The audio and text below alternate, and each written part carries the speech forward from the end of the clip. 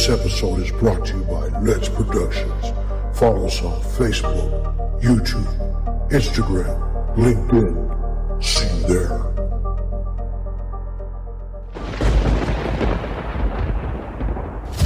You want to learn about CE5 and extraterrestrial contact? Download my new book, now on Amazon, Barnes & Noble, Apple, and 14 other platforms. Book authored by Donald Ledesma. CE5, Frequencies of Contact. Alien Strand Podcast.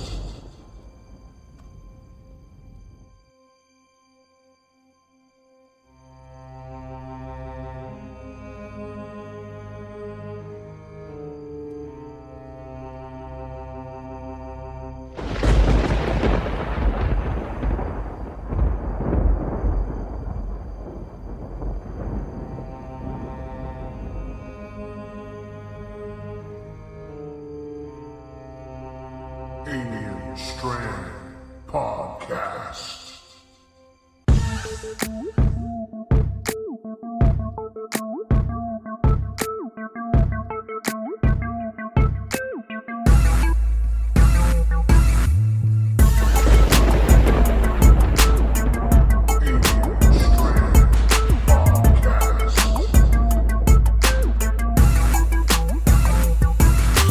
What's up, guys? This is Mike Beavers from The Theory, and you are listening to Alien Strand Podcast, the dopest UFO alien podcast out there. And if you want to find out about me, just go on YouTube and search UFOs over UFO or The Theory with Mike Beavers. Stay tuned, guys. Hey, everybody. Welcome to this episode of Alien Strand Podcast. I'm your host, Donald Ledesma, and welcome to today's show. That's right. It's going to be a really, really cool one today. You know, I just like to talk about extraterrestrials and UFOs and alien encounters and all that good stuff that comes along with it. I hope you guys caught the commercial at the very beginning of this podcast. It's my new book. It's called CE5 Frequencies of Contact. You can get that on Amazon audiobooks. You can get it on Barnes & Noble. You can get it all over the place. I'll even throw a link. It's gonna say all my links after this podcast. You'll see it on here. Click on that and it'll take you straight to the book. And it's a really good guide on how to CE5. And it kind of breaks it all down for you. The definitions, everything. It's a good guidebook. That's what it is, basically, right? And it teaches you a lot about the frequencies of contact. Hello. Yeah, you got to do that, man. I mean, you have to study the meditation part of it all, right? So you can connect to these celestial, whatever you want to call them, beautiful beings that are up in the sky sometimes, and, there might be some really nice ones out there, and there might be some really nasty ones out there. I'm talking bad, ugly, do some really horrible things, but CE5 is basically a meditational kind of construct, right? Of what you do is you kind of your thought process, your frequencies. You're trying to connect with these extraterrestrials in a different dimension, really in reality, right? And you'll see a lot of these orbs flying around. You'll see, you'll take pictures, you'll take video, and this is a perfect guidebook for that, right? And it teaches you a lot about CE5, okay? So please download that book if you can. I really appreciate it. We want to spread that information out to as many people as possible because it's a great read, and on top of that you get to learn, right? And that's what we do here at Alien Strand Podcast. You get to learn. Right now you're listening to us only on audio. You can actually go to our YouTube. It's playing live on our audio there, I believe, and go check it out there. We are live on Spreaker. Give us a thumbs up if you go to our YouTube channel. Go hit us a thumbs up. Remember, the middle is still playing there for free, no commercials. Go check it out there. Just one thing I ask for, please give us a like and subscribe to that channel. This helps a lot of people start coming to the channel, and it helps it grow a little bit more, right? I mean, it's just a small channel. It's not very big. It's not like these, huge channels. Of course, we'd love to be, right? Just like everybody else. But it takes you guys to kind of help make it spread out a little bit more, right? And if you like what I'm doing here, give me a thumbs up. I appreciate everything that you guys are doing for Alien Strand. And like I said, there's no I in team with Alien Strand Disclosure Project. Catch all of us there. Go to alienstrand-ufo.com or go to alienstrand.com and you can actually report a UFO there if you want, and make sure fill out the whole form that we have there. I'm going to put a link on there soon so that way you guys can go ahead and fill out that form if you'd like, or reach out to our representatives and they'll fill out the form for you as they're asking you the questions, right? If you got pictures, videos, usually it'll take pictures, videos, you're going to have to share those on a different email file, all right? But anyway, if you want to get a hold of me, reach me at 361-245-8000 if you want to be on the show, okay? So today's podcast, I'm just trying to, talk about a lot of things that happen in the news, right? And, I'm on social media, all over social media. I don't care where I'm at. Social media is social media to me, right? And I use a lot of it to spread the word of Alien Strand. I don't care if it's what kind of social media platform it is. I'm on it, man. I don't care what it is, because I want people to know the different side of ufology. And if you're new to ufology, well, welcome to ufology. And, these things that we're trying to do here is we're trying to educate people a little bit about ufology and what happens to folks afterwards or during a alien abduction, right? And when we're trying to do that is trying to get you to understand as we're telling these stories, right, about UFOs and aliens. Some people might look like aliens, right? And I don't know if you've seen this all over social media, but this poor woman, Madonna, okay? Let's just go ahead and talk about that now, right? So, yes, she's had some facial construction. Yes, she kind of looks like an alien to me, right? And, how do you, not see the stuff that's coming off there? Poor girl. I saw an interview with Pink. She's an amazing artist, a musical singer, vocalist, everything. And she says, you ought to just appreciate what she gave us all. In other words, as far as her music, her talent, everything that she did, right? And I'm like, well, yeah, that's what you're supposed to do, right? And, of course, everybody was like, back in the days in the 80s when I was a teenager in the 80s, young kid, and then all of a sudden, all her music came out, we had like Vogue and all that good stuff started coming out, right? And there we were dancing and dancing and dancing, to her music, right? That's just a little background music. But, they were doing that as, we were just kind of enjoying her music back in the day, right? Okay, and now I know people get famous and they do these strange things to their faces, and hey, it is what it is. You're trying to be young, that's cool. Do you, boo. And that's what I try to say as, people out there are still trying to vogue, right? I mean, hey, why not? Let's vogue. I'm dancing right now. Let's vogue, man. Come on, I'm voguing. Come on, put your hands up in the air, start doing them side to side, turn your left, turn right, up and down. Let's vogue, man. And let's just go ahead. I just love her to death. I'm going to go ahead and cut that out. But hey, why not, right? So let's kind of leave people alone, as far as that, and not make fun of what they are today, but let's appreciate all the work and the artistry that they've done in the past, right? So, and I know I got off the UFO subject, but I just see a lot of strange things happen in ufology, right? And there's been a lot of different stories out there of extraterrestrial contact, right? And I am writing another book. There's another book coming out. It's going to be within maybe 2 months from now. I'm just getting into it. It's probably going to be like 18, 19 chapters. And this is going to talk about extraterrestrials from the beginning of time to what people experience and the outcome, right? Not just their stories, but the actual definitions. And I'm going to get into depth of the universal experience, right? Of how they came to be, everything like that. And it's going to be, everything's like this is going to be in my book. And I'll let you know when that new book will be coming out here, probably in a few months.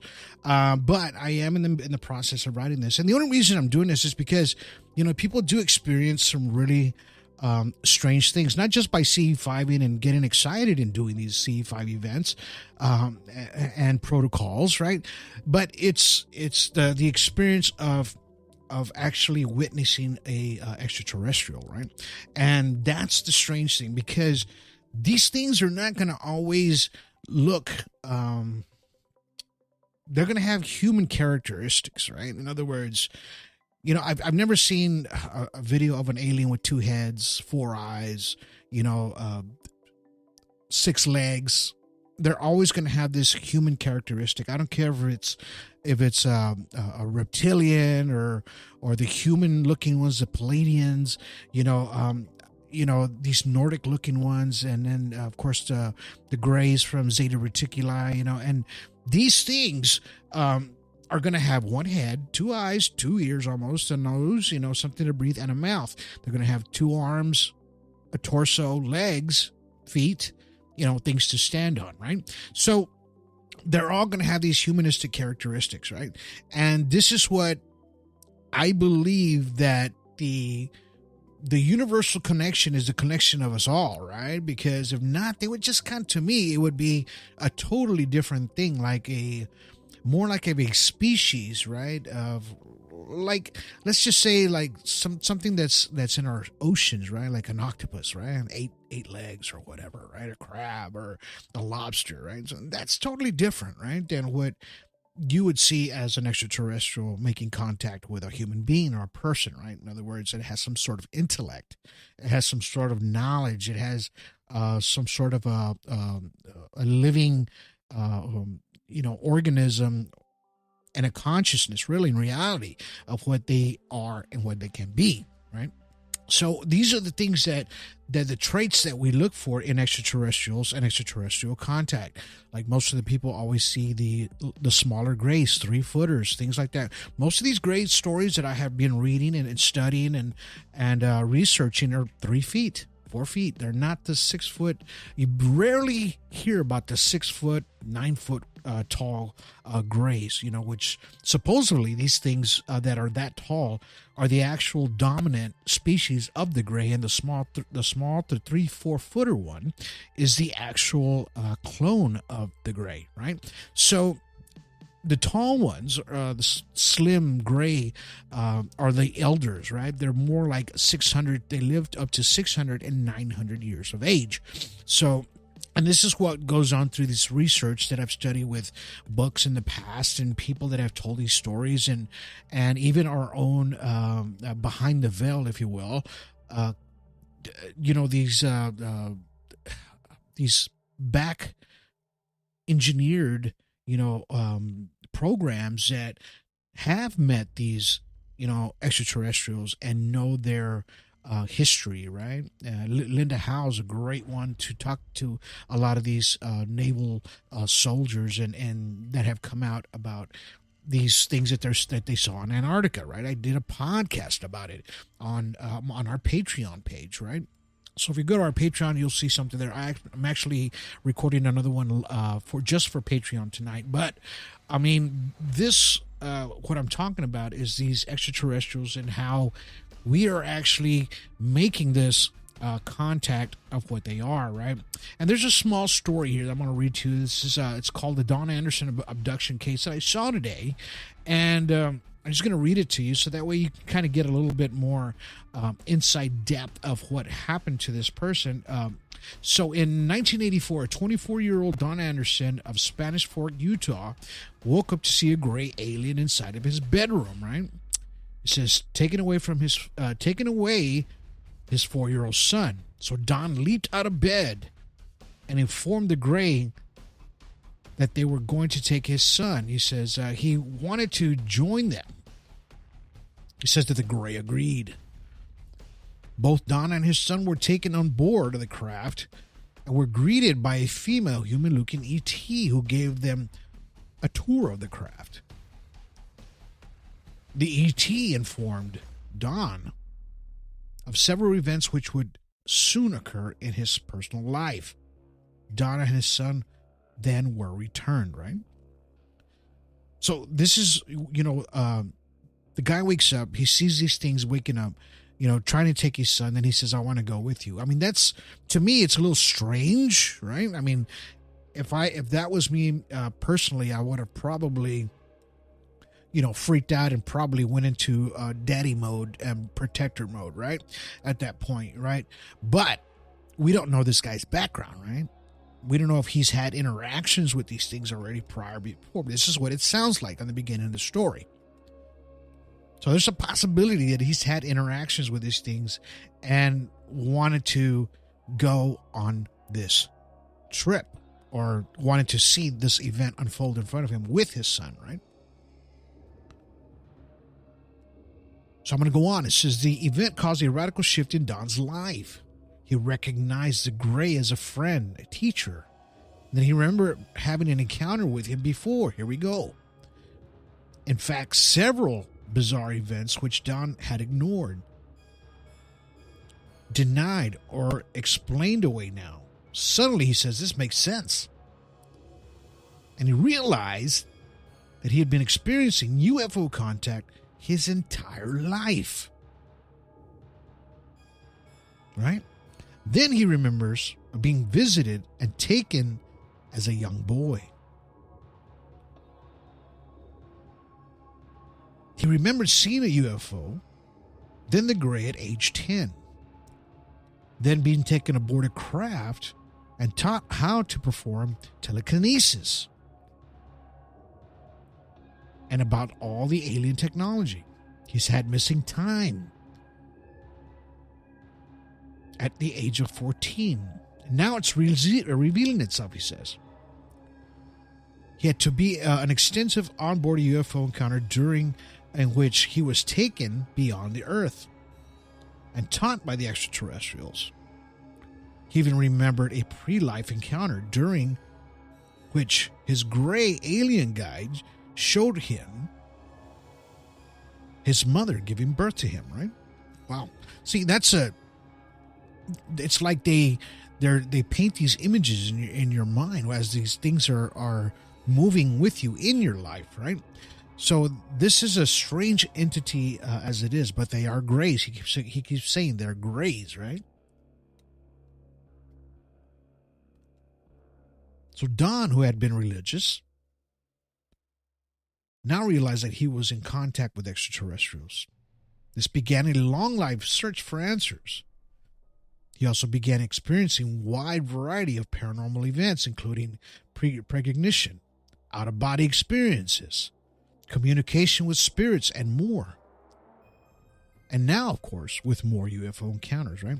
So they've actually opened up his mind for him, if you really think about this, and really taught him how to dive into consciousness and how to dive into subconsciousness and dive into the dimensional world, really, in reality. Because if he's making contact with spiritual beings, he's able to do this in a different dimension, right? Because you can't just stand there and talk to a spirit or anything like that without having that entity jumping into your dimension or you jumping into its dimension, right? It's one or the other. And they probably do coexist on top of each other like a blanket, let's just say. It's like having the same blanket. Like, let's just say 8 layers of blanket. It's exact same blanket layered on top of each other, but each one has a different meaning, right? A different area, a different place, right? These are dimensions. That's about the best way I can explain it to you. So he says he went camping with some friends, also UFO contactees, not far from the famous Skinwalker Ranch, hoping to initiate contact with praying mantis ETs. To the amusement of Don and his friends, a huge UFO showed up, followed by several mantis-looking ETs. They culminated in a long, profound onboard encounter during which Don's communication with a praying mantis aliens, who again gave him information about his personal life, showing him many strange and wonderful things on board this craft. And it wasn't long before the encounters occurred again. On one occasion, Don visited by a familiar human-looking ET who cured him of a chest cold, he says. On another occasion, he was taken on board and treated for a heart problem. Wow.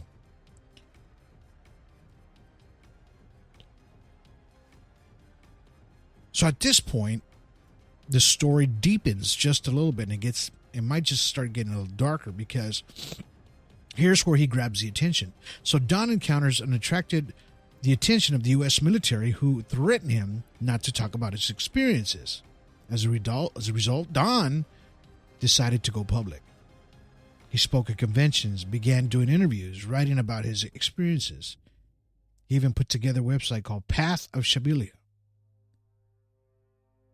to share the spiritual information he learned from the hands of the ETs. Shabilia can be translated as wisdom of the ancient ones, right?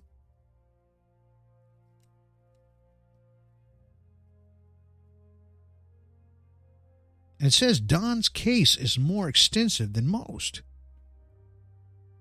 He has worked hard to understand the encounters and learn from them, and to share the wisdom he has been given.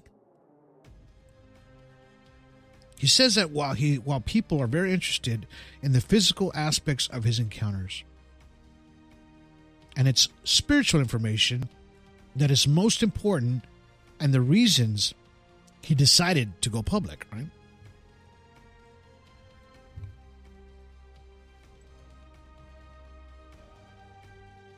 So, and that's pretty much the story and end result of this small segment that I was giving here to you guys today. I want you guys to understand that what this gentleman went through from the very beginning, and then his eyes opened up because for some reason his own self-consciousness blocked that whole area out of his life. Like he had a mind block of some sort. And then once they came back to take his son, the mind block disappeared. And then he started remembering and regressing, right, himself. So it wasn't like some, psychologist or anybody giving him some kind of regression therapy. He actually did it on his own. Something clicked and opened up inside of his consciousness, right? He was awake. Learning about spiritualism at the same time, right? So in other words, these creatures, grays he called them, but they were like insects, praying mantis looking things. They were actually giving him spiritual guidance, right? And they were helping him heal, like he talked about, like a common cold. And they helped his heart problem, right? And this is the strange thing about this story, that doing these podcasts and doing these stories all this 6 years that I've been doing it as far as the podcasting. But my stories go further back. The difference on this story to me is that the strangeness of them healing him from something, right? I've heard one or two stories, not very many. I'm going to say maybe about 3%, 4% have some kind of a healing property in their lives that changed and made them into who they are today or who they were, right? And it gave them a longer lifespan, just to say. And this story does that, and it has that property in it to where they're helping him have a longer lifespan, right? And maybe he was meant to be something or to give the information out to people, because even though he was threatened, he still continued on his quest without stopping. So there was a basic narrative for him was planned or pre-planned, right? Showing a past life of him, even of him being born, right? Showing him things of future to come, right?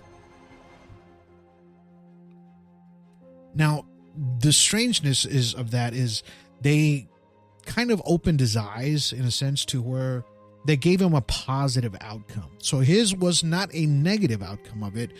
His fearfulness of them was at a 0%, the way this story is put together, right?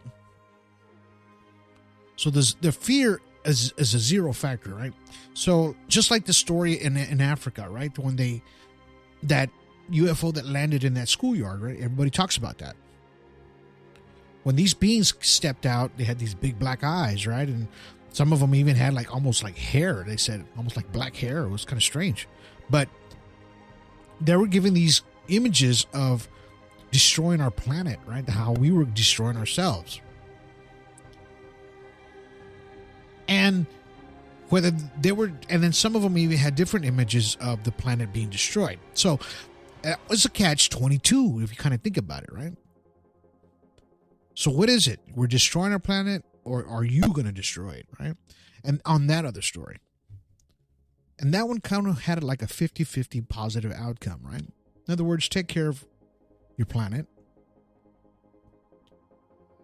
This story had more of take care of yourself.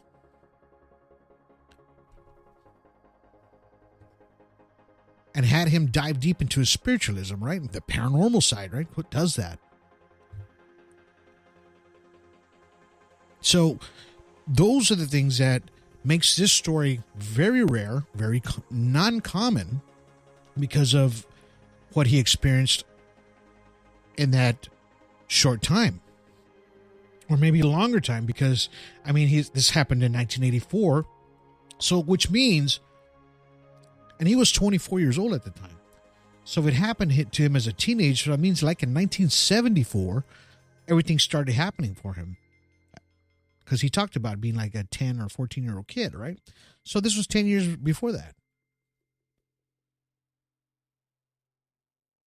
And then they go to Skinwalker Ranch to go try to experience something around that area, and they do experience something, right?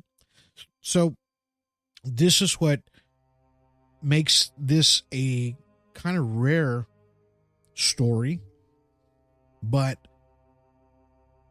it's like a gem in a sense, because it has a positive outcome on his story. Even though he was thrown different obstacles of don't go forward, getting blocked through our governments, and able to continue on his research and continue on communicating with these things.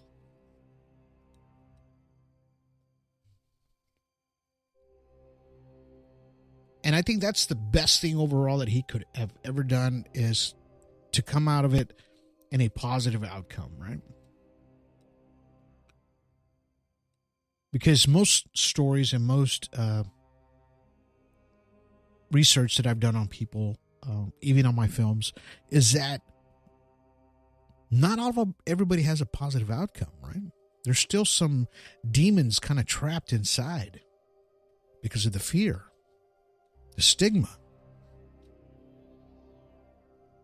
for coming out, for telling their stories.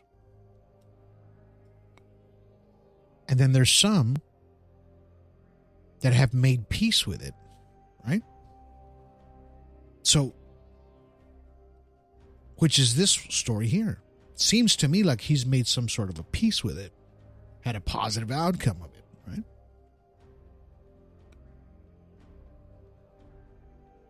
And that's the best thing that I could think of if you've had an encounter,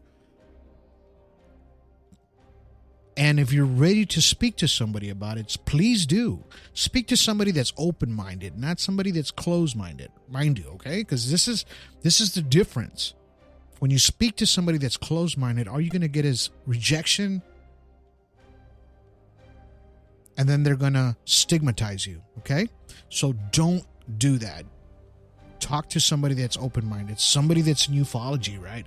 Somebody that knows these things. Like Alien Strand Disclosure Project. We do not turn anybody away. We sit there and listen to your stories if you want to tell it to us. We keep it confidential if you want it confidential. We help you through the process, right? And that's what this next book is going to be. It's going to help you understand this whole process of what happens to people and the breakdown to the healing that comes afterwards, right? So just make sure when you're ready to tell your story, be positive, stay focused, be vigilant,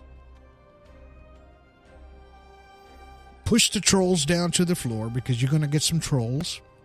We do it all the time. And believe me, the trolls already know who we are, and they won't do it anymore because they know that we fight like a pack of wolves for our people, our people that we're protecting, right? So just remember that we're here for you, right? And I'm glad this gentleman was able to get his story out and tell people exactly what happened to him and now his son, right? Which is so cool about this story. And like I've talked about, generations. It passes through the generations. And who knows that maybe his grandfather or great-grandfather or maybe way before that may have had some kind of interactions with these extraterrestrials. Hey, you never know. They follow through the bloodline. And that's a generated fact that we've noticed through the data, right, that we have. And when you do make your report, please give all the information as possible, times, dates, your ethnicity, everything that you have on this encounter. We need to know everything, every single thing that happened, second to second, point to point that you can remember, because everything is crucial for information on disclosure, right? Because that's what it is. We're disclosing everything that's happening to people around the world, not just in one part of the area, all over the world. And everybody lives in this whole world, right? So let's make sure that we do this and we do this right.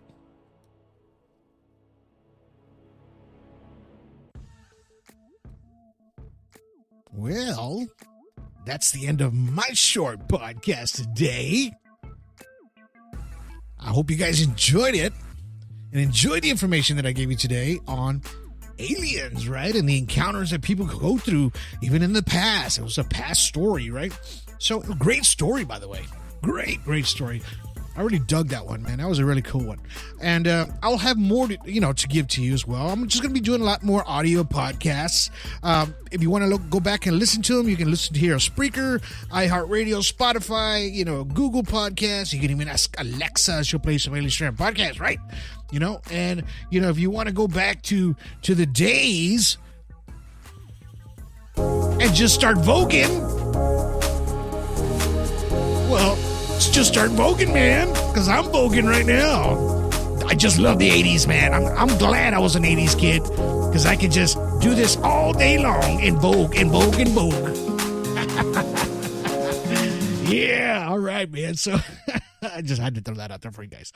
All right. So anyway, you guys have yourselves a good day. Have yourselves a good evening. And have yourselves a good night.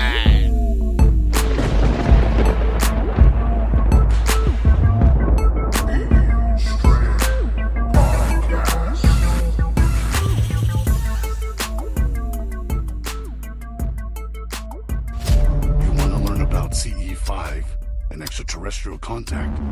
Download my new book, now on Amazon, Barnes & Noble, Apple, and 14 other platforms. Book authored by Donald Ledesma. CE5, Frequencies of Contact.